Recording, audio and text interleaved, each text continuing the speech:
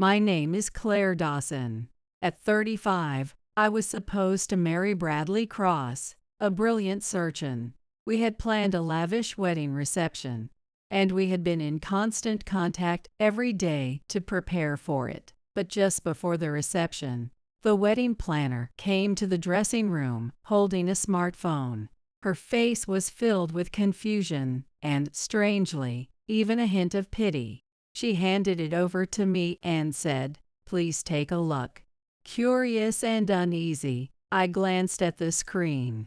There, I saw my best friend Gabriella with my fiancé Bradley. Not only that, but also Bradley's friends, who were supposed to be attending the reception today, were in the video. They were in the middle of a party. When I called Bradley, he answered, laughing loudly. "I'm not coming over there," he said. When I asked him what he meant, he simply replied that he wasn't going to get married. "Oh, and by the way," he added, "the reception costs and the engagement ring are on your credit card."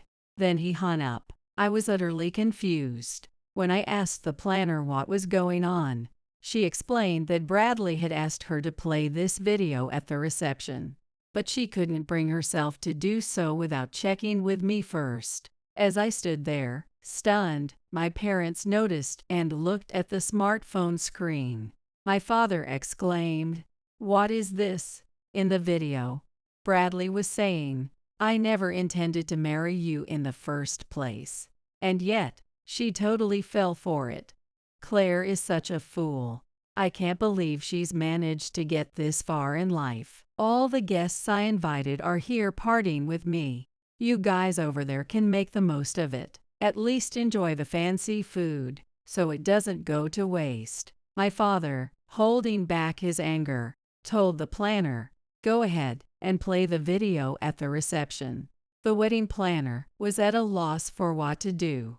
This was clearly an unprecedented accident. Meanwhile, the relatives and friends had already gathered and were seated at the tables. "My apologies, but please go ahead and play this video at the venue," my father said to the planner.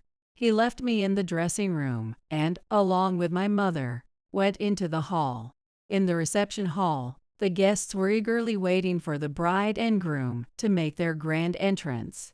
Everyone was holding up their smartphones, ready to capture the moment. Suddenly, the large screen in the hall lit up, and a video started playing. There were murmurs of confusion. Why is there a video playing when the bride and groom aren't even here? But as soon as the content became clear, the room erupted in chaos. When the video ended, the hall fell silent. No one knew what to say, their heads down in awkwardness. Then my father stood up. He walked up to the stage, took the microphone, and said, "Due to these circumstances, today's wedding reception is canceled. However, we invite you to enjoy the meal we've prepared for you." After saying this, he bowed his head slightly and left the hall. Meanwhile, I remained in the dressing room, completely unaware of what was happening, crying uncontrollably. When my father returned, he was furious, his face twisted with anger. "Did you not know he was cheating on you?" he demanded. I tried to think back, but I had never suspected him. "I don't know, but I planned everything for this wedding on my own. The dress, the honeymoon, choosing our new home. I did it all myself," I said. "Didn't Bradley come?" I asked him to come, but he said he couldn't because he had patients waiting. He's a doctor who saves lives. And I told myself that was understandable. "I see. So that's when he was meeting that woman," my father said. It seemed like that might be true. Gabriella Foster had been my best friend since elementary school, and I had shared everything with her. I told her about my upcoming marriage, how Bradley was a successful doctor with a good income, and how kind he was. I had shared all the little details, even bragging about him many times. Now that I thought about it, every time I did, Gabriella's face seemed to show jealousy. I could never tell if she was genuinely disappointed or just pretending. If I had known then, I would have regretted it deeply. I had always believed that even if she might feel envious, she would never feel jealous. I thought to myself, how foolish I had been. As I wiped away my unstoppable tears, I said, "I'm so sorry for being such a mess, Dad, Mom." My mom embraced me, her defeated daughter, and reassured me, "You're not a mess. Don't ever think that." Then my usually gentle father said with anger and bitterness, "I'll have him kicked out of that hospital." But my father is just an employee at an ordinary company. There's no way he could actually do such a thing. He said it only to comfort me. Still, I felt ashamed of myself for making him say such words. This was supposed to be a special day, but everything had crumbled. It must have been my own naivety that led to this. That thought was unbearable. Sometime later, my father shared some news with me. I heard Bradley's been assigned to a remote area. What? The hospital director told me today, so there's no mistake. His new workplace is a small clinic in Utqiagvik, at the northernmost tip of Alaska. Bradley. How could he end up in such a place? I have no idea, but apparently there are hardly any patients, and he'll have plenty of idle days. It felt strange. Bradley was an exceptionally skilled surgeon. How could someone like him be sent to a small clinic in such a remote location? He always used to say, "If I ever left, this hospital would fall apart. There's no surgeon as skilled as I am." And yet, here he was, assigned to the middle of nowhere. I wondered if my father was saying this just to ease my heartache. It seems that place is a medically underserved area. Doctors have been sent there several times, but they all ended up quitting halfway. The locals often have to travel for hours to reach a big hospital in the city during emergencies. Then the people there must feel reassured to have Bradley, don't you think? Well, probably, if Bradley can manage to survive there. That was true. Bradley took great pride in being a surgeon. He often said that holding a scalpel and saving lives was the essence of being a doctor. But if he was moved to a small clinic in such a remote area, he might not even get the chance to hold a scalpel, let alone see patients. Do you think he can really handle being assigned to a place like that? There are no nurses there, so he'll have to do everything himself. That shouldn't be a problem for someone like him. But I'm surprised he accepted the assignment so easily. It was a direct order from the hospital director, framed as supporting underserved communities. If he had complained, he would have been risking termination. And he doesn't have the guts for that. Is that so? He knows that refusing would mean having to quit the hospital entirely. That's why he went to the remote clinic as ordered. If he didn't accept it, he would have resigned at that point. That makes sense. Did Gabriella go with him? Yes, Miss Gabriella Foster went along. They said they were starting a new life together. I see. Of course. What's wrong? Nothing. It's just that when you said you'd get him kicked out of the hospital, I let myself hope for a second. But I guess it's not going to happen. I feel petty for even thinking that. It's fine. When the remote assignment came up, I thought he might choose to resign voluntarily, but it seems he didn't have that kind of courage. He's probably thinking he'll be back at the main hospital in 2 or 3 years. He's coming back. So, in the end, those two are destined to be happy together. The thought of them being happy was unbearable. I knew it was wrong to harbor such negative thoughts, but I couldn't help it. I couldn't forgive them. A remote assignment felt like too easy a punishment. I wanted him to suffer as much as I had. But fate seemed to be on his and Gabriella's side. Just wait, my father said with a sly grin. I think it's good that he accepted the remote assignment. If he had not, simply kicking him out of the hospital wouldn't have been enough. This isn't just about that, Claire. This is a long-term plan." He smiled as if he were plotting something deeper. About a year later, I was summoned by my uncle, Thomas, the hospital director. Although I had met Thomas a few times before, I had no idea he was the director of the hospital. "Thomas is the hospital director," I exclaimed in surprise.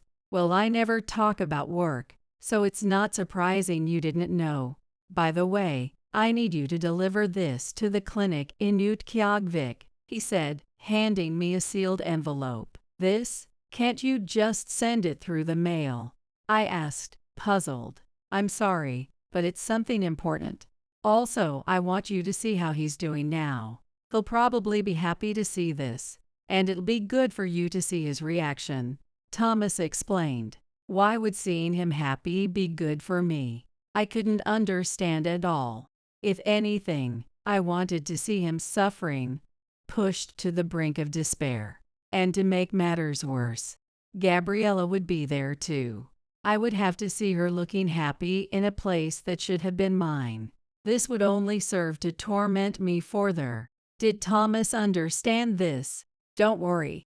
Everything is going as planned," Thomas said cryptically, patting me on the shoulder. Unable to refuse his request, I begrudgingly carried my heavy heart all the way to Alaska. When I arrived, the clinic was located near the sea, offering a stunning view. But being at the northernmost tip of Alaska, the wind was bone-chillingly cold. Even though it was autumn in Chicago, there was already snow on the ground here. As I opened the door to the clinic, I found Bradley sitting in a chair in the consultation room, sporting an unkempt beard. His gloomy face and vacant eyes spoke volumes about his lack of enthusiasm. I couldn't imagine any patient feeling reassured by such a doctor. "Hello," I greeted as I stepped inside. Bradley turned to look at me, his face lighting up with unexpected delight. "Claire, what are you doing here?" "The hospital director asked me to check on you," I replied. "I see. As you can see, there's no one here. I've only treated a handful of patients this entire year," he said bitterly. "Why?" "Well, the population density is low to begin with. In emergencies, they go to big hospitals in the city. They're not going to bother with limited transportation just to see a doctor here." "I see. Don't you visit the locals yourself to introduce yourself and build trust?" "Why would I do that? I'm a doctor, not a door-to-door salesman," he snapped. "I get that, but in a remote area like this, you can't just sit around waiting. You need to make some effort," I replied. "That's easy for you to say. I'm not some cheap doctor," he retorted. "I see. Honestly, I have no idea why I was even sent here. This desolate clinic has to stay open, and I'm stuck sitting here all day. It's like being in a prison. I'm a skilled surgeon, for crying out loud. Why was I sent to this run-down clinic?" "Where do you live?" I asked. "There's a prefab shack behind the clinic. It's drafty, and summers are no better. I spend most of my time staring at the sea," he said with a hint of bitterness. "Well, at least you get to relax," I replied. "Relax? I used to live in a luxury apartment, and now I'm stuck in a shack. This isn't the life I worked so hard for," he fumed. "Do your friends visit?" "They did, right after I got transferred, but they were expecting to see how lavish my life was. Instead, they found me here." They laughed, saying this was even more remote than they had imagined. Some even joked that I must have done something terrible to get sent here. They were right.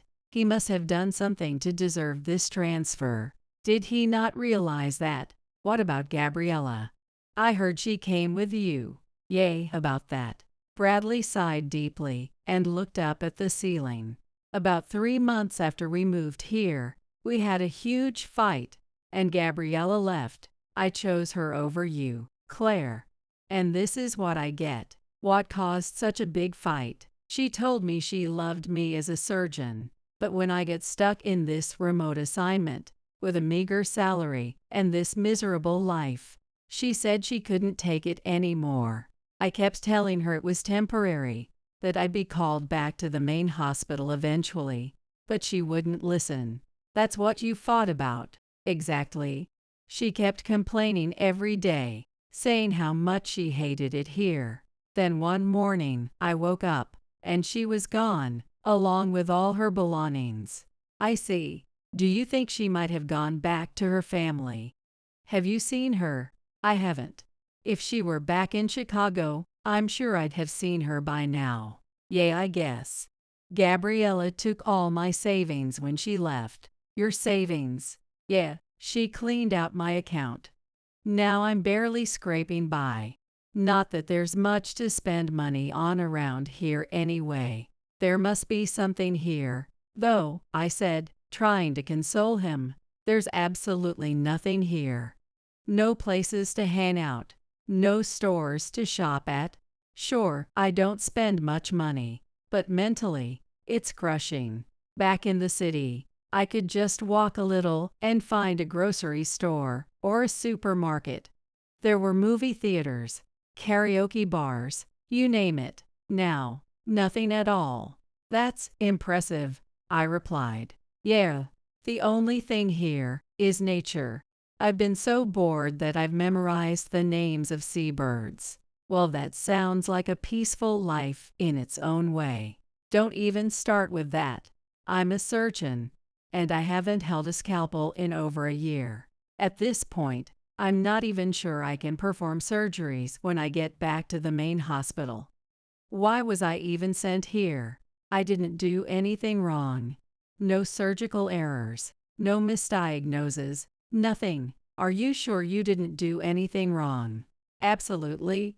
I've thought long and hard about it, but nothing comes to mind. So why did the hospital director ask you to come here? You don't have any connection to him, do you? Actually, the director is my uncle. What? You're kidding. I didn't know either until recently, but yeah, that's the deal. So what you're saying is that I ended up in this remote assignment because of you. It's not my fault. I didn't ask him to do anything. Yay, I suppose you're not the type to do something like that. But my father was furious, you know. He was at the wedding reception that day. And so was my uncle. They both saw your video. That's probably why you were reassigned. No way. If I'd known you were related to the hospital director, I wouldn't have done any of that. You shouldn't have done it even if you didn't know. Tell me, isn't the hospital struggling without me? I mean, a skilled surgeon like me is hard to replace. No one can perform flawless surgeries like I can. There's no need to worry. A new surgeon joined after you left. He's young but highly skilled. His diagnoses are accurate, and he's kind to the patients. He's very well regarded. That's ridiculous. There's no way some upstart could be any good. I've met him a few times. He's very pleasant and compassionate. Not the type to trample over people like you. Is that your new boyfriend or something? I don't have a boyfriend. After what you did, I haven't been interested in starting a new relationship. Can't stop thinking about me, huh? Don't flatter yourself. The only thing I can't forget is how terrible you were. Hey, can you talk to your uncle? Ask him to let me return to the main hospital. If I stay here any longer, my surgical skills will get rusty. Oh right, I brought something for you that might make you happy. What is it? If it's so great, hand it over already. I handed Bradley the envelope I had received from my uncle. An envelope. I was expecting something better, he muttered as he opened it. Then his eyes lit up with shock and excitement. Yes, I'm going back to the main hospital.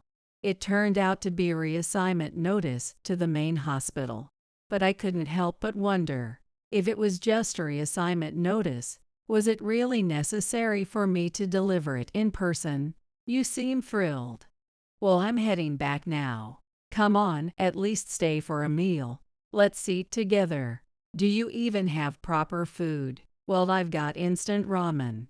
Is that all you eat? How pitiful. With that, I left the clinic, feeling a small sense of satisfaction as my parting jab. But as it turned out, my father and uncle's real revenge was only just beginning. When Bradley returned to Chicago, he was summoned to the hospital director's office. He eagerly went, delighted about his reassignment. But when he arrived, he found not only my uncle, the director, but also Dr. Whitmore, the surgeon who had replaced him. "But what is this?" Bradley muttered, clearly taken aback. It made sense that the hospital director would be there, but seeing Dr. Whitmore, the surgeon who had replaced him, seemed to irritate him. "Dr. Cross, welcome back. You've done a great job during your time away," said the director warmly. Thank you," Bradley replied hesitantly. "Now let's get right to it. Can you start working tomorrow?" "Starting tomorrow? Is there a problem?" "Nope, not at all. I'd be happy to." Bradley was thrilled to be told he'd start working right away, taking it as a sign that his absence had been deeply felt. He was certain the hospital couldn't manage without him. "By the way," the director continued, "your new supervisor will be Dr. Whitmore. He's been with us for a year and is currently serving as the head of surgery. He's been a tremendous asset." "What, head of surgery, in just 1 year?" Bradley exclaimed, visibly upset. "Is there a problem?" the director asked with a raised eyebrow. "Director? A year? He's practically still a rookie. He's only been at this hospital for a year, but he honed his skills in Germany. His surgical expertise is nothing short of miraculous. Why do I have to work under someone like him?" Bradley demanded. "Why? Well, he's young, and I can see why you might feel that way. But exceptional talent belongs where it's most needed, wouldn't you agree? Then I deserve the same treatment. Up until a year ago, I was performing multiple surgeries a day. I should have been promoted by now." "I understand how you feel," the director said calmly. "But tell me, do you think a surgeon who hasn't held a scalpel for a year is fit for advanced surgery?" Bradley's face fell as the director's words hit a sore spot. He couldn't respond. "Don't worry," the director continued. "Take your time to regain your confidence and skills.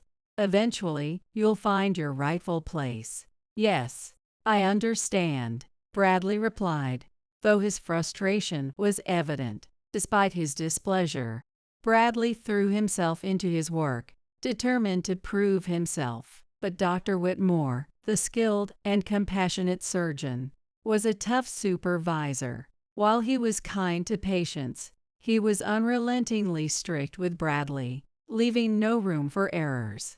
"Have you never read a single medical journal?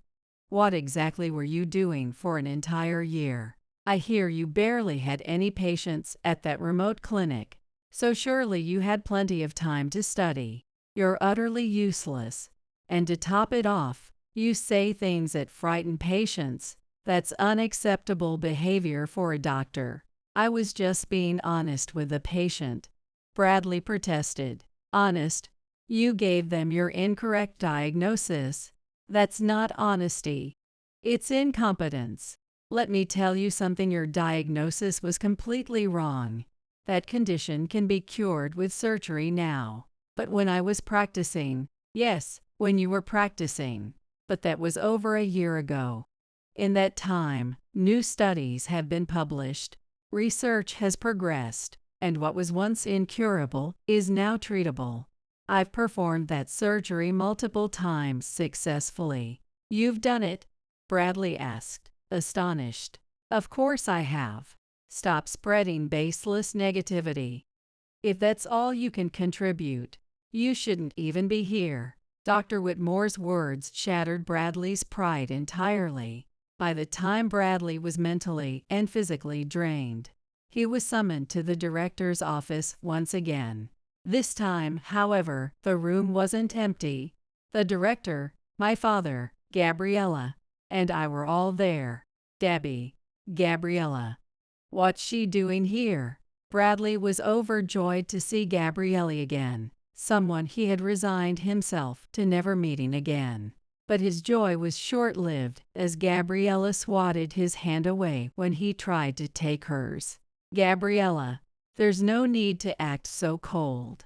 Have you really become such a heartless woman? We're done, Bradley. We've been done for a long time.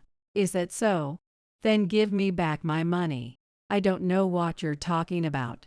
I haven't taken a single cent from you. Why would I bother with a broke doctor like you? You stole my savings. I said I don't know what you're talking about. Maybe you're just paranoid. Dr. Cross, the director interjected sternly. This meeting isn't for you to argue about your personal matters. Please compose yourself. Yes, I'm sorry, Bradley mumbled, clearly embarrassed. Ms. Gabriella Foster, the director began. Yes, can you recount everything that happened during the wedding reception a year ago? Please stick to the facts. Yes, everything that happened that day was Bradley's idea. Gabriella began. What? That's not true. Bradley interjected. We started seeing each other a year before the reception. Gabriella continued, ignoring him. He was the one who asked me out. At first, I refused because he was my best friend's fiancé. But he insisted, and I eventually couldn't say no. He's a surgeon, makes good money, and showered me with gifts. I was drawn to that. About 6 months into our relationship, he told me he was going to marry Claire. As her best friend, I thought we had to end our relationship if he was getting married. But then he said he didn't want to get married. And what did you say to that? The director asked. I told him that if he didn't want to get married, he should break it off with Claire. But he said it would be more entertaining to break up at the last minute. When I heard his plan, I told him it was cruel and that he shouldn't do it. But he said, it'll be more fun this way, and I couldn't refuse. For the next 6 months, while Claire was busy planning the wedding, he kept making excuses and spent all his time with me. I knew how much Claire was looking forward to the wedding, and I thought it was terrible. At the same time, I started to lose faith in him for being so heartless. That's not true, Gabriella. That's completely false, Bradley shouted. Dr. Cross, you'll have your turn to speak. Ms. Foster, please continue, the director instructed. Of course, he asked me to go to Alaska with him, so I did. But I couldn't stop feeling guilty about betraying my best friend. And he acted as if nothing had happened. Eventually, I couldn't take it anymore and returned home. I'm sorry, Claire. I'm really sorry. I couldn't stand up to him when he told me to do those things, Gabriella said, tears streaming down her face. Her tears were so convincing that it was almost impossible not to believe her story. But Bradley vehemently objected. That's all lies. I was the one who said I couldn't be with Gabriella because I was engaged to Claire.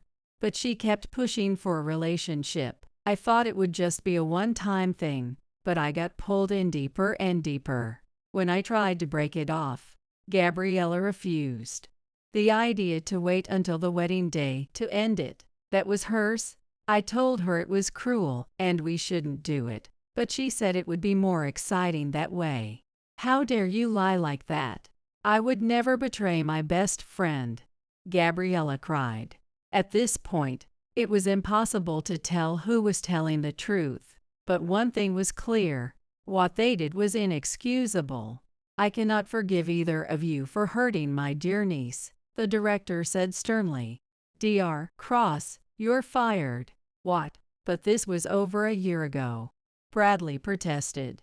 The truth has only now come to light.